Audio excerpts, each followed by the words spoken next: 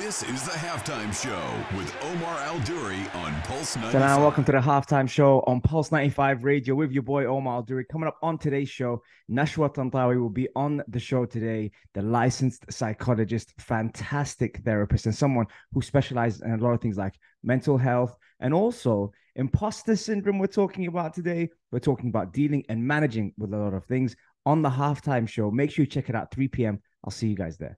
This is the Halftime Show with Omar Al-Duri on Pulse 95. Salam and welcome to the halftime show on Pulse 95 Radio, and a refreshing morning to you all. If you're tuned in to Pulse 95 Radio with myself, Omar Al-Duri, and it's happening because she came on the first time and she was fantastic. And I just think that I had to bring her on again for you guys. Nashwa Tantawy is on the show today, and she is talking about some very, very important things. Let's dive into it straight away. Nashwa, welcome to the show. Hi, thank you so much. I missed the show so much since last time. You did so good last time. I remember two of my family members dropping me a message and asking me about you, about what you specialize in. And for those that don't, obviously, you're a licensed psychologist and you have done such great things, not just for your clients, but also for the region. One of the topics that a lot of people now, especially, are facing is burnout. How do we tackle burnout without burning ourselves out even more? Burnout is a universal problem. I can see sometimes teenagers coming to the clinic saying that we're burnt out. So everyone is using the word these days. So the first thing in order to deal with such a very stressful life these days is first to understand what type of stressors that I am going through right now. Because sometimes the stressors are the normal stressors that we are going through in our daily life, and we can just deal with them. Yes, it's never a pleasant experience to go through stress, but some other times when the stress is really overwhelming to an extent that we started to have certain symptoms, and we need to be aware of these symptoms because these are the red flags in order to really start working on the burnout, because something should be done. So the first red flag is whenever you started to feel that I cannot wake up in the morning to go to my work or to do the activities that I used to enjoy before, and that I lost motivation or I started to question my abilities, along with other stress symptoms, including fatigue, lack of concentration, and sometimes low mood, depressed mood, and anxiety, self-confidence issues. So it has to be like a combo of symptoms together in order to say that, okay, I am on the tip of being burnt out, and I have to stop and start taking care of myself differently, because this can reach a point that it will be a real mental disorder like depression or chronic anxiety or something like that afterwards. With stress, I think sometimes people forget there's also good stress and bad stress. With that, what's the right way to kind of identify it so that we don't make it a habit to always think it's bad? The thing is that whenever we are going through any sort of pressure or deadlines or something that we're supposed to do, it is always the brain starting to tell us that there is something wrong, that we have to just sit down and relax, because this is, again, it's the intention. The body is always following, or the mind are always trying to make sure that we are surviving. And surviving needs that we just sit down on the sofa, do nothing. So any type of stress will be overwhelming to the body, and they will try to, or the brain will try to fight it a little bit. So to say that, okay, hold on here, there is a problem. It looks like it's overwhelming. Yes, it is something that we are trying to do with our own logical mind that stops sometimes with emotion. And then we are trying to differentiate, because it requires us to really think what I'm really going through. So right now I'm working for my promotion, or I am working on my graduation project to really finish my college or my school years. So it is a very positive phase in my life, and I'm really achieving something, and it is something that I'm aspiring for. So I'm trying as much as possible to train myself to enjoy the ride or the journey. And this is a term that we are trying to use several times. Don't just look at everything as a burden on you and you're just waiting to tick the box and say that it is done. Sometimes so many things that we are facing on a daily life are very positive and new experiences and things that we are learning from. And if we just do this differentiation, maybe going through the whole process, even if it is a little bit stressful, but it will not be overwhelming and tiring, and will not be complaining about it the way we do with negative or traumatic, stressful situations, for example. Fantastic. Okay, what a start to the show. Right, guys, don't go anywhere. We'll be right back after the break with more on Pulse 95 Radio. This is the Halftime Show with Omar Al-Duri on Pulse 95. Salam and welcome back to the Halftime Show on Pulse 95 Radio with the fabulous Nashwa Tantawy. She's on the show again for a second time because she was so good on the first time that we had to bring her back. Nashwa, we spoke about burnout in the first segment. Second segment, I want to dive into this one. And I want to ask you firstly what it means, because social anxiety is something that has come up also, especially post-COVID, and people getting used to being around people and people understanding, you know, what it's like to be out again. I know it's been a while, but people almost still have the leftovers from that. What is social anxiety? It's a really important topic to talk about, which is social anxiety, especially as you were just saying that after COVID, there are generations that are coming with this idea of lockdown and everything is digital and so many restrictions in the social interactions, to an extent that they start to feel very anxious whenever they are facing people or they are in any social setting. So for example, if you can see that a high school student that was like staying home, doing everything with his gadgets and even talking to friends and watching YouTube or TikTok or playing games, and now all of a sudden they have to go to university face to face in person. So imagine all the feelings if they are not used to that much. So there will be a great stress, causing them to feel that avoidance. They want to avoid the situation. They just want to run away. They don't want to be in this situation. Why? Because most of the time they are afraid of physical symptoms to happen to them. If I will flush, I will start to sweat or to shake or to have some symptoms that like nausea or stomach pain. So it accompanies the social anxiety as well, a lot of physical symptoms. And there is this exaggerated fear that something wrong is going to happen. I will say a wrong thing. I'll be embarrassed. They will laugh at me. They will not accept me, or I will not leave a proper impression. And this applies on everyone. And at the beginning, they were saying that it can be related to certain age because it starts like with teenagers or early adulthood. But right now, they are saying it started to be universal. Even kids can have social anxiety, and grown-ups and adults can have social anxiety out of a sudden as well because of any changes. And again, self-confidence is one of the main points that happened to those people, that they started to question their ability to really leave a good impression with people. So they try to avoid it altogether. Just listening to you say that, how do we, I want to say unlock, because it's like if I was playing a computer game and you mentioned gaming there for a second, I would want to unlock that so I don't have to face it. How do we unlock social anxiety? There are so many techniques that can be done in order to prepare ourselves for social interaction. So number one, we need to understand that all this is fake. This is just our brain is trying to trick us, to tell us that something wrong is going to happen. It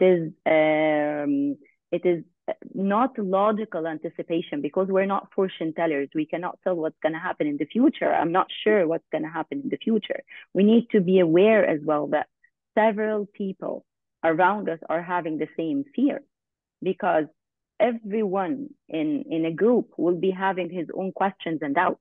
about himself. So no one is like immune, or no one is fully confident about the situation, especially with settings like new places or people that are gathering together for the first time.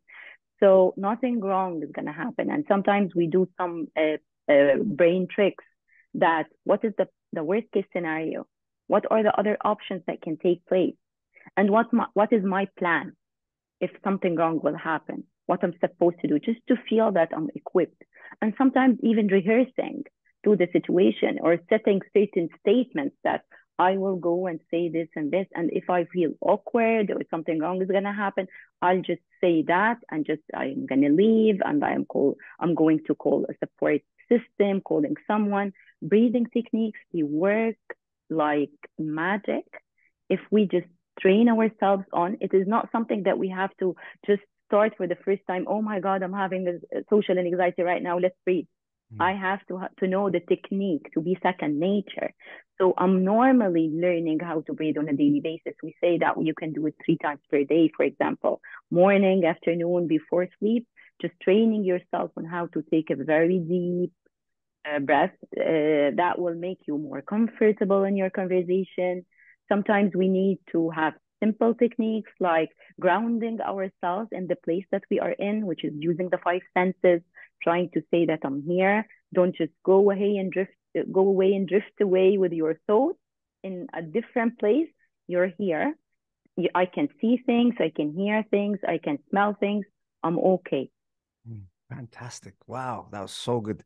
Okay, we're going to take a quick break and we'll be right back after this. This is the Halftime Show with Omar Al-Duri on Pulse 95. And welcome back to the show. Plenty of golden moments here so far on the show with Nashwa Tantawy. We spoke about burnout, we spoke about social anxiety, and also really interesting in terms of affirmations, just things to say to prepare yourself for that. I thought that was fantastic. Let's dive into it. I don't even think 1 hour is enough, Nashwa, to be honest. I think we could talk all day. Imposter syndrome. Okay.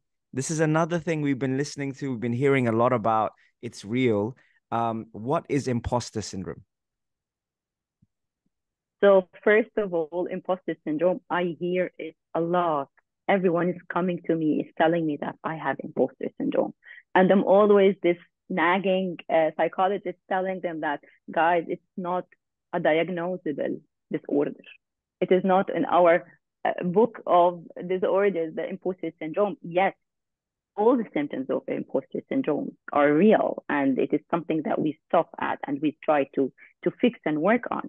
So imposter syndrome, mainly, as everyone is talking about it, is I feel that I'm not fitting in the place that I am in. So sometimes if I will join a new job and I feel that, oh my God, I have no experience whatsoever. So I don't know why did they choose me in that place. Or sometimes, like if I opened a practice, for example, I'm a psychologist, I opened a new practice and then I stopped referring people to my clinic because I'm questioning myself. Oh my God, maybe I don't have the expertise to do that. I'm questioning myself. And most of the time, questioning ourselves that deeply is not logical, and it is not coming from rational thinking or specific proof or fact that there is something wrong. Because for this person that doing this job, for example, there are like interviews and there are executives that have met him. So there is a reason why he is in that place, but it's always coming from the self-doubt. I am not good enough. I'm not smart enough. I'm not lovable enough. I cannot do well in that place. I'm not similar to those people. Some of these, we call it core beliefs, or things that we really believe about ourselves or about the relationship with others or about the world, that are always wrong and negative. And sometimes they start very early in our life and they're very annoying because even if you're succeeding in whatever you're doing, they are spoilers. You always have this thought in your head that, no, it is not about you. Maybe this person did something to make it work. Maybe it's just luck. Maybe it is something else that caused this success to take place. You're always self-doubting, questioning yourself, And it is sometimes a nightmare because sometimes it can push you into failing because you feel that I cannot do it, I cannot do it. Then the anxiety level will increase. And accordingly, this might interfere in the quality of whatever you're doing. How much of a role does technology play in imposter syndrome? Like, for example, social media and scrolling and all that kind of stuff. And maybe less is more. If we do that less, will that reduce our symptoms of imposter syndrome? It is a great thing that you mentioned this one, because mainly it is not just related to imposter syndrome. The idea of just social media and being bombarded with all those people around that are doing great things, that are looking amazing, that their bodies are wonderful and they are very successful. And this will always leave us with self-doubt, especially that we're seeing ourselves the right way. We're just looking in the mirror. We're not looking in a screen. We're not looking in a picture, an amazing picture. So definitely you need to make sure that you're not exposed to certain content that is leaving a negative impact on yourself, or decreasing your self-confidence and increasing your self-doubt in a way. So make sure what type. I'm not going to say that I'll be like saying nonsense if I would say that stop using social media, Instagram is killing you, TikTok is horrible, because this is not going to happen. People are just using all of these mediums, and for some reasons they are good and delivering good content. But the problem is there is no control whatsoever on the content that you're receiving. And our brain is not aware enough that what we are seeing is not really true. So we're not always logical about it. And this is one of the main things that we're trying to do some filtration to whatever we're doing, the amount of time that we're spending, making sure that we're not just escaping and having self-pity, watching things that are not even real. Wow, that was great. Okay, right. Let's take a quick break and come back straight after that with some more from Nashwa Tantawy on Pulse 95 Radio. We'll see you in a bit, guys. This is the Halftime Show with Omar Al-Duri on Pulse 95. So welcome back to the Halftime Show. If you enjoyed the show today, you can catch all of our episodes on Apple, Spotify, SoundCloud, if you prefer a podcast, or if you want to see a visual, head over to our YouTube channel, Pulse 95 Radio, and we are there. We have some fantastic guests covering some very, very cool, important topics like mental health, gut health, and how important the brain is on performance and recovery. And this person here is fantastic for that. So if you have any questions, please leave it in the comments. Nashwa Tantawy is on the show today. Nashwa, you've been up to a lot since I last spoke to you. What have you been up to? Okay, a lot in my life took place that might cause me to have the burnout and the imposter syndrome and the social anxiety and everything like any other person. So I have opened my new practice here in Dubai. It is a psychology and psychiatry center. It's called Naftology Psychology Center. As you can hear from the name, it is nafs and ology. It is from the Arabic word nafs, which is the self or the soul, which is something that I really believe in, that we need to really get in touch with and work on in order to really reach this peace that we are all looking for. And with the ology part, which is the scientific part, because definitely we're like following the scientific standards and the universal approaches that are being used in order to reach the best results. And at the same time, we have I was very passionate about this project because I have been dreaming about it for a very long time, because I need to put all my values, my ethical standards, my views in life. I have a great belief that everyone is very unique and very different. And it is not just one thing that fits all. It has to be tailored. Our culture and different cultures should be respected in the way we are offering the help or support. And this is part of our uniqueness in a certain way. So customization of our techniques, spreading awareness about mental health and being there in the community as well, We are trying to do things as well with the Middle East Psychological Association because it's concerned more with the area, and trying to do activities on ground, psychoeducational activities, webinars, interventions whenever possible. So we're offering definitely the one-to-one services to children, adults, couples, and all ages. But at the same time, we're trying to spread the word that mental health is really, really, really important, and it cannot be neglected anymore. Absolutely. Wow. I mean, you've definitely, mashallah, outdid yourself on that one. That is fantastic. And Sharjah would love to have you on this side of town. Maybe open up a It will be second my branch. pleasure, for sure. It will That's be my fantastic. pleasure. Thank you so much for taking the time out to see us on the halftime show. I know you're super busy running all these things, but you took the time out, so I'm super grateful. Thank you very much. Thank you so much, Omar. Guys, remember every Monday, Wednesday, Saturday, 3 to 4 UAE time, we are here on Pulse 95 Radio. Take care. And from me and Nashwa, all the best. Salam. Salam.